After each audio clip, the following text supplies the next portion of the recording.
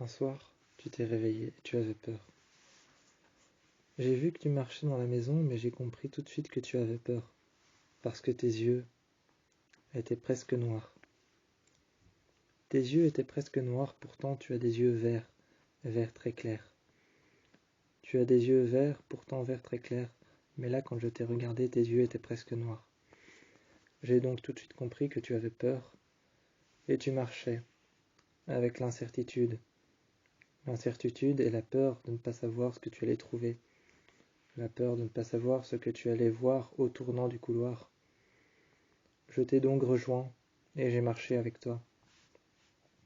Moi aussi j'avais peur de ne pas savoir ce que j'allais voir au tournant du couloir. Je marchais avec toi, et je t'ai alors dit, peu importe ce qu'on trouve, on le trouvera. On a tous les deux été saisis par le bruit de la douche qui a commencé à couler. On a tous les deux été saisis par le bruit de la douche qui a commencé à couler. Et toute l'eau, partout autour de nous, partout elle pouvait couler. Partout elle pouvait couler, l'eau, on a entendu. On a entendu l'eau couler à l'extérieur, dans le jardin. Dans le jardin, à l'extérieur, on a entendu l'eau couler. On a entendu que l'eau coulait. On a regardé, et la fontaine qu'il y avait sur le bord, juste en face de la maison, elle a commencé à se mettre en marche. L'eau coulait très légèrement. Elle coulait très légèrement, jusqu'à l'intérieur, jusqu'au bassin. Elle coulait jusqu'au bassin et a commencé à couler un peu plus vite. À ce moment-là, un peu plus vite, j'ai regardé. Et je voulais savoir ce que c'était. Alors j'ai été dans le jardin. Les jets qui sont censés arroser le jardin en pleine sécheresse. En pleine sécheresse, les jets qui sont censés arroser le jardin se sont mis alors, soudainement, eux aussi, à lancer de l'eau. Tu marchais dans les couloirs et tu es passé à côté d'une porte. Tu es passé à côté d'une porte. Un moment, tu t'es arrêté parce que tu entendais quelqu'un qui jouait avec les couteaux. Tu entendais quelqu'un qui ouvrait les tiroirs, qui les ouvrait tous. Quand tu es rentré à l'intérieur, il n'y avait personne, mais tous les tiroirs étaient ouverts. Tous les tiroirs étaient ouverts, mais il n'y avait personne. Tu voyais qu'il y avait 3 couteaux par terre qui étaient alignés et posés l'un à côté de l'autre. Ces couteaux, il y en avait un petit, un qui faisait plus ou moins la taille d'un grand couteau de cuisine, et un très grand couteau. Le premier, c'était un petit couteau. Le deuxième était un couteau de cuisine, et le troisième était un grand couteau.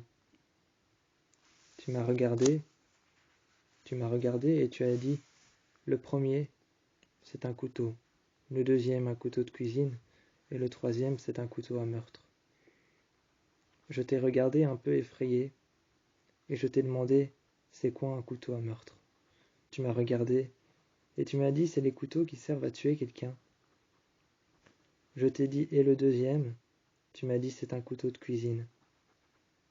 À ce moment-là, je me suis dit, bon, il pense que c'est un couteau qui a servi à faire de la cuisine. Je t'ai dit, et le premier? Tu m'as dit, c'est un couteau de table. Les 3 étaient positionnés en face de toi, à l'échelle de taille, à l'échelle de lourdeur, à l'échelle de masse. Je t'ai entendu serrer les dents parce que tu avais peur. Je t'ai entendu serrer les dents parce que tu avais peur et je t'ai regardé.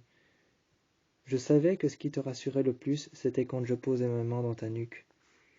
Quand je posais ma main dans ta nuque, je savais que ça te rassurait le plus. Alors j'ai mis ma main sur ta nuque et on a continué à avancer dans le couloir. On est arrivé à la salle de bain.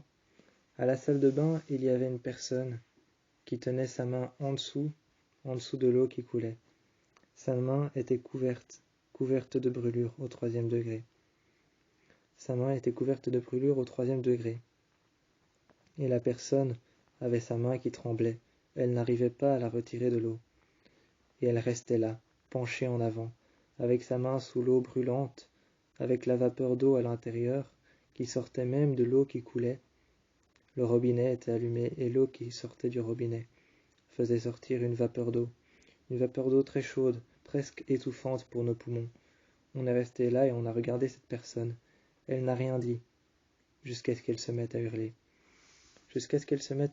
Elle n'a rien dit. Et ensuite, j'ai continué mon chemin. Et quand j'ai continué mon chemin, on est arrivé à la cuisine. Tous les éviers étaient allumés. Personne ne comprenait ce qui se passait. On est retourné se coucher après avoir tout éteint. La personne est partie elle-même de son plein gré et elle est partie dans la forêt.